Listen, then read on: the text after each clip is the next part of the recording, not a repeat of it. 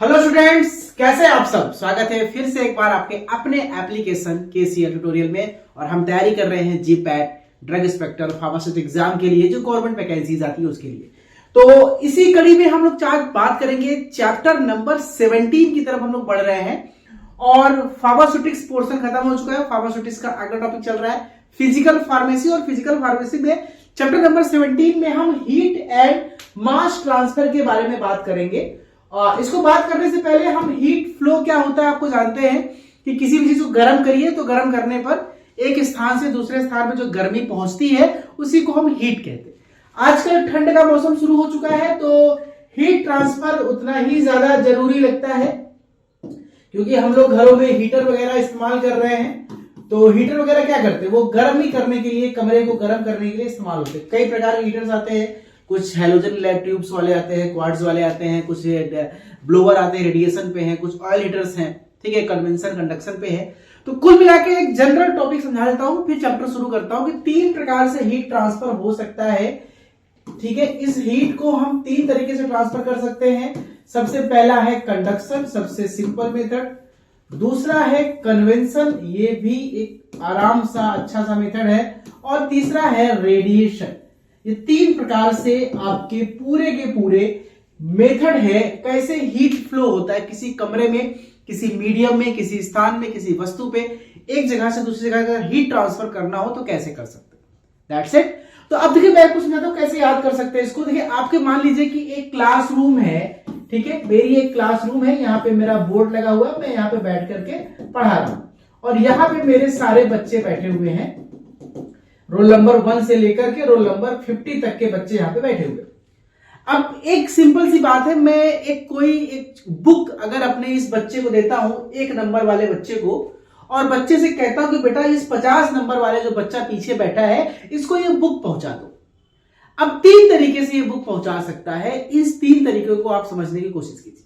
ठीक है, कोशिश ये कर सकते हैं कि ये पहला तरीका है कि ये बुक देगा 2 वाले को, 2 वाला बुक देगा 3 वाले को, 3 वाला देगा 4 वाले को, 4 वाले देगा 5 वाले को अपने बगल, फिर 5 6 6 से 7 ऐसे करते करते करते करते 50वें नंबर तक ये बुक पहुंच जाएगी। 48 वाला देगा 49वें को और 49वां देगा 50 को। ये सबसे स्लोएस्ट मेथड है और इस मेथड से बुक 1 नंबर से 50 नंबर तक पहुंच जाएगी। This is the conduction method. Conduction method खास तौर पे किसमें देखा जाता है, ये देखा जाता है सॉलिड के साथ। कंडक्शन कहां देखा जाता है, सॉलिड के साथ देखा जाता है। यानी आप किसी भी लोहे की राड को एक तरफ से गर्म करिए तो दूसरा सिरा भी गर्म हो जाएगा by the method of conduction, लेकिन वो धीरे धीरे गर्मी आगे बढ़ेगी। ऐसा नहीं होगा कि एक कोना गर्म किया और दूसरा गर्म हो गया, बीच में ठंडा है, ऐसा नहीं होगा, धीरे धीरे आगे बढ़ेगा। ये मेथड कंडक्शन कहलाता है। दूसरा तरीका भी हो सकता है कि मैं ये 1 नंबर वाला बच्चा उठ करके जाए अपनी सीट से और 50वें वाले नंबर वाले बच्चे को देकर किताब चलाए, या ये 50वें वाले को बोले ए भाई इधर आ, और ये 50वां नंबर वाला उठ के इसके पास जाए और बुक लेकर चला जाए बिना ज्यादा घूम घाम के। बस उठ के इसको यहां जाना पड़ेगा या उठ के इसको यहां जाना पड़ेगा। इस तरीके से भी ट्रांसफर हो सकती है किताब। This is the convention method. आपको बेस्ट एग्जांपल समझा रहा हूं मैं। This is the convention method. अब ये कन्वेंशन कैसे होगा, इसका बेस्ट एग्जांपल है लिक्विड। सॉलिड में होता है कंडक्शन, लिक्विड में होता है कन्वेंशन। कभी भी आप किसी कंटेनर में जब किसी पानी को गर्म करते हैं तो आप जब नीचे गैस जलाते हैं तो नीचे वाला पानी गर्म होता है। तो कभी आपने देखा है कि दूध गरमाते हुए, पानी गरमाते हुए तो बुलबुले उठते हैं। बुलबुले मतलब कि जो नीचे वाला पानी है जो गर्म हो चुका है वो ऊपर जाता है और जो ऊपर का ठंडा पानी है वो नीचे आता है। ये ऑटोमेटिक एक नेचुरल प्रोसेस होता है। एक तो 2 तरीके से हो सकता है, एक नेचुरल, एक फोर्स। नेचुरल मतलब अपने आप गर्म वाला पानी ऊपर जाएगा और ठंडा वाला नीचे आएगा, बीच वाले से डिस्टर्बेंस नहीं है, यानी डायरेक्ट यहां से 50 50 से 1।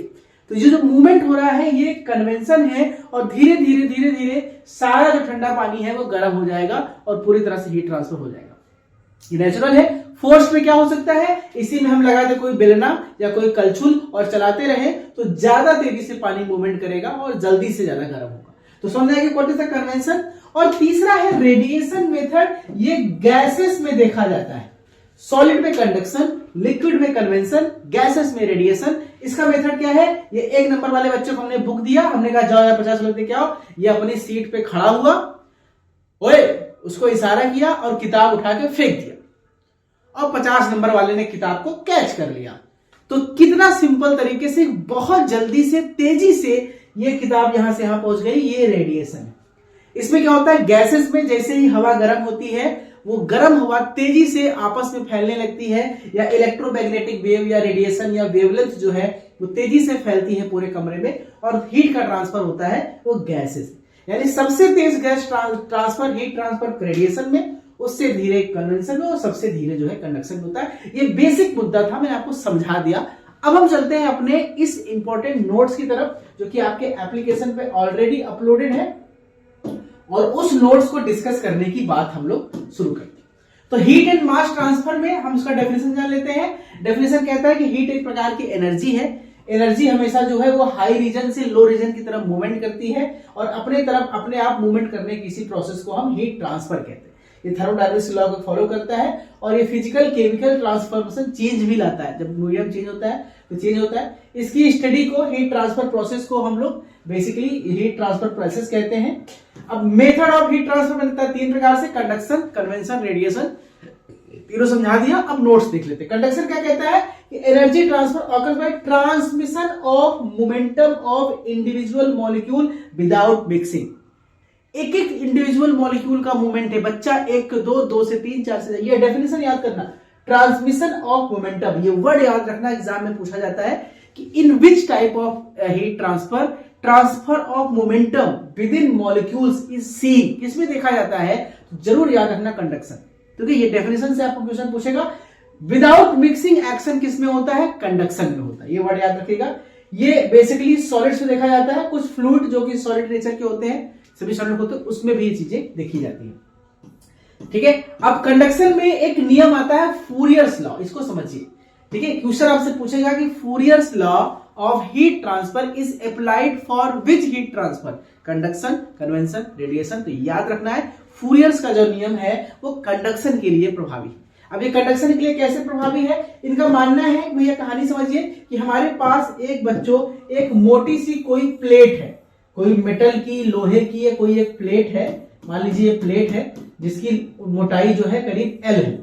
ठीक है, तो अगर हम इसको इस कोने से गर्म करना शुरू करते हैं तो धीरे धीरे नीचे वाली जो परत है, जैसे ऊपर से हमने गर्म करना शुरू किया तो नीचे वाली परत भी गर्म हो जाएगी, या फिर नीचे हमने कोई गैस जला के इसको गर्म करना शुरू किया तो धीरे धीरे ऊपर वाली परत भी जो गर्म होती है। जैसे तावा होता है, हम तावा रखते हैं रोटी चलाने के लिए, तो नीचे वाला सिरा गर्म करते हैं, तावा फिर धीरे धीरे ऊपर की तरफ भी गर्म हो जाता है। तो उसमें फूरियर ने क्या कहा कि जो क्या, it is there rate of heat flow through uniform material is proportional to the area and temperature drop. Area मतलब जितना बड़ा सरफेस एरिया होगा उतना ज्यादा हीट फ्लो करेगा, यानी नीचे का जो तावे का चौड़ाई जितना ज्यादा होगा, गैस जितना ज्यादा बड़ा जलाओगे उतना जल्दी गर्म होगा, गैस जितना छोटा जलाओगे, जितना कम सरफेस एरिया होगा उतना धीरे धीरे जलेगा। तो ए सरफेस एरिया और टेम्परेचर ड्रॉप, टेम्परेचर ड्रॉप मतलब डेल्टा टी, यानी इनके बीच जो टेम्परेचर डिफरेंस है।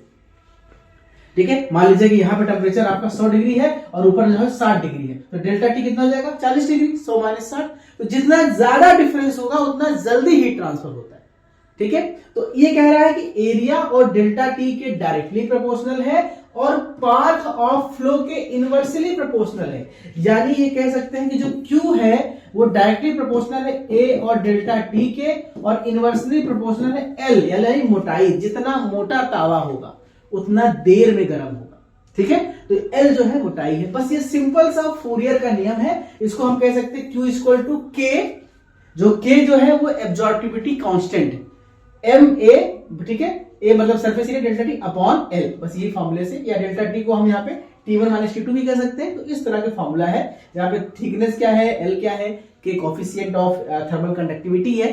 तो ये सारा फूरियर का नियम है। तो इस पे क्वेश्चन क्या पूछ सकता है? इस पे क्वेश्चन पूछ सकता है बेटा कि नियम किसके किसके डायरेक्टली प्रोपोर्शनल है, किसके इनवर्सली प्रोपोर्शनल है, और ये नियम किस हीट के लिए है? तो ये कंडक्शन के लिए। ठीक है, अब कन्वेंशन की बात करते हैं। तो कन्वेंशन में क्या बताया कि आपने डायरेक्ट उठ के गए उसको, तो बेसिकली इसमें होता है लिक्विड्स में, इसमें जो प्रोसेस ऑफ फ्लूइड फ्लो होता है जिसमें actual mixing of warm portion to cooler portion, जो गर्म है वो ठंडे से मिलता है, ठंडा वाला गर्म से जाके मिलता है, और इस तरह से हीट का प्रोसेस जो होता है। अब मैंने बताया दो तरीके से होता है, फोर्स्ड और नेचुरल। अगर अपने आप मूवमेंट हो रहा है तो वो नेचुरल है, और आपने बेलना लगा के या प्रोपेलर लगा के या मिक्सर कलछुल चला के उसको अपने से मिला रहे हैं तो जल्दी जल्दी होगा, तो वो फोर्स्ड कन्वेंशन होता है। दोनों में थोड़ा डिफरेंस जान लेते हैं कि what is the forced convention and natural convention.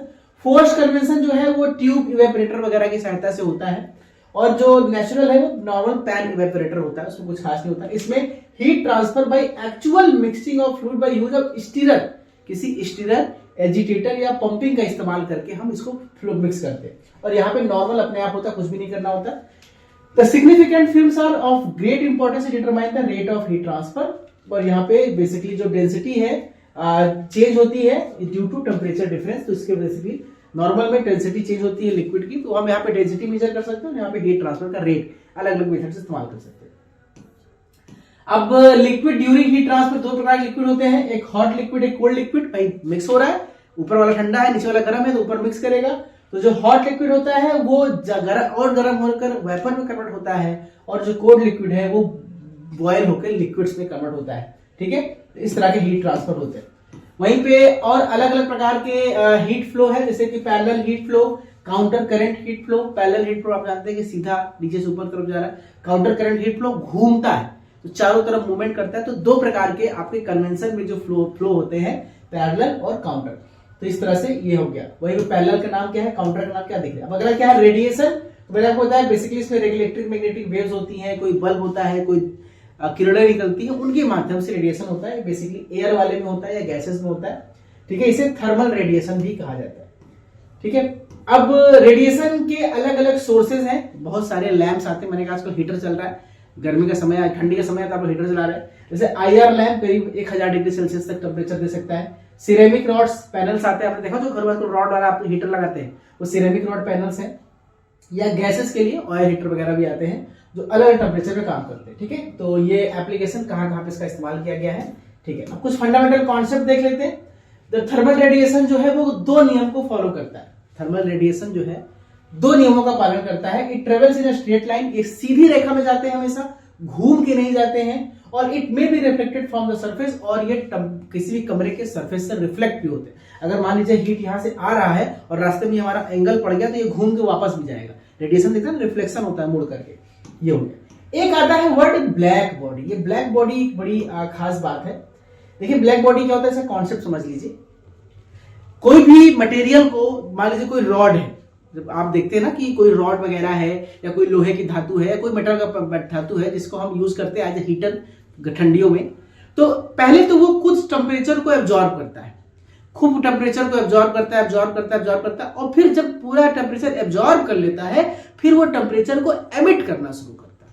यानी जितना एनर्जी पहले सोखता है फिर वो एमिट करता है, जिससे कि कमरे में गर्मी बढ़ती है या हीट फ्लो होता है। तो नॉर्मल केस में जो व्यक्ति जितना टेम्परेचर, जो भी धातु या मटेरियल जितना टेम्परेचर एब्जॉर्ब करता है, पूरा का पूरा टेम्परेचर वो रेडिएट नहीं करता है, उसका कुछ ही परसेंट करता है, 50%, 60%, 70% के आसपास करता है। तो वो नॉर्मल सी बात है, आइडियल। लेकिन ब्लैक बॉडी, एक साइंटिस्ट का कहना है कि कोई ऐसा मटेरियल जो अपना जितना भी उसने एनर्जी या हीट एब्जॉर्ब किया है उसका 100% एमिट कर दे, 100% रेडिएट कर दे, पूरा का पूरा बाहर निकाल दे, उसे ब्लैक बॉडी कहते हैं। ये कॉन्सेप्ट है एक हाइपोथेटिकल कि अगर ऐसा कोई धातु हमको मिल जाए तो हमारा बिजली बचेगा, कम खर्चा आएगा और ज्यादा हीट ट्रांसफर होगा। तो body radiate maximum possible amount of energy at given temperature, rate of reaction, hot bodies emit radiation. इसके लिए स्टीफन बोल्ट्जमैन ने एक नियम दिया था कि total amount of radiation emitted by a black body is equal to Q is equal to BAT4। याद रखिएगा कि अब आपसे पूछेगा कि रेडिएशन में कौन सा नियम लगता है, कंडक्शन में तो कौन सा फूरियर का नियम था, रेडिएशन में स्टीफन बोल्ट्जमैन का नियम लगता है। इनका मानना है कि जो ब्लैक बॉडी है वो जितना एनर्जी एमिट करेगी वो BAT4 के बराबर होता है। अब ये क्या है भाई, Q इक्वल टू रेडिएशन पर सेकेंड, B क्या है आपका कांस्टेंट है, एरिया ऑफ सरफेस है A, T है एब्सोल्यूट टेम्परेचर और 4 यहाँ पे कांस्टेंट की वैल्यू है। इस तरह से यहाँ पे पूरा का पूरा ये फॉर्मूला है। ठीक है, अब ग्रे बॉडी क्या होती है, ग्रे बॉडी का मतलब होता है कि देखिए एक होता है ना कि अलग अलग वेवलेंथ की लाइट पे कोई भी मटेरियल जो है वो अलग अलग परसेंटेज ऑफ एनर्जी एब्जॉर्ब करेगा। ठीक है। जैसे मान लीजिए कि वॉयलेट लाइट है तो कम ज्यादा एनर्जी होती है वॉयलेट की, तो ज्यादा एब्जॉर्ब करेगा, वेवलेंथ ज्यादा वेवलेंथ भाई वॉयलेट का वेवलेंथ कम होता है, एनर्जी ज्यादा होता है तो वो कम एब्जॉर्ब करेगा। रेड है, ग्रीन है, ठीक है। तो क्या होता है कि कुछ ऐसी बॉडी भी होती है जो कितने भी प्रकार की आप वेवलेंथ की लाइट डालिए लेकिन वो एब्जॉर्प्शन सबका सेम रहेगा। तो जिसकी बॉडी की एब्जॉर्प्टिविटी कांस्टेंट सबके बराबर सेम रहती है उसे हम ग्रे बॉडी कहते हैं। ध्यान दीजिएगा, ब्लैक बॉडी जिसका रेडिएशन 100% है, ग्रे बॉडी जिसकी एब्जॉर्प्टिविटी कांस्टेंट है एट एवरी वेवलेंथ। इसका फॉर्मूला है Q = BA T14 - T24। Okay, ये फॉर्मूला याद रखेगा। कौन कौन से इक्विपमेंट्स आते हैं, इस्तेमाल किए जाते हैं जो हीट फ्लो ऑफ हीट्स के लिए?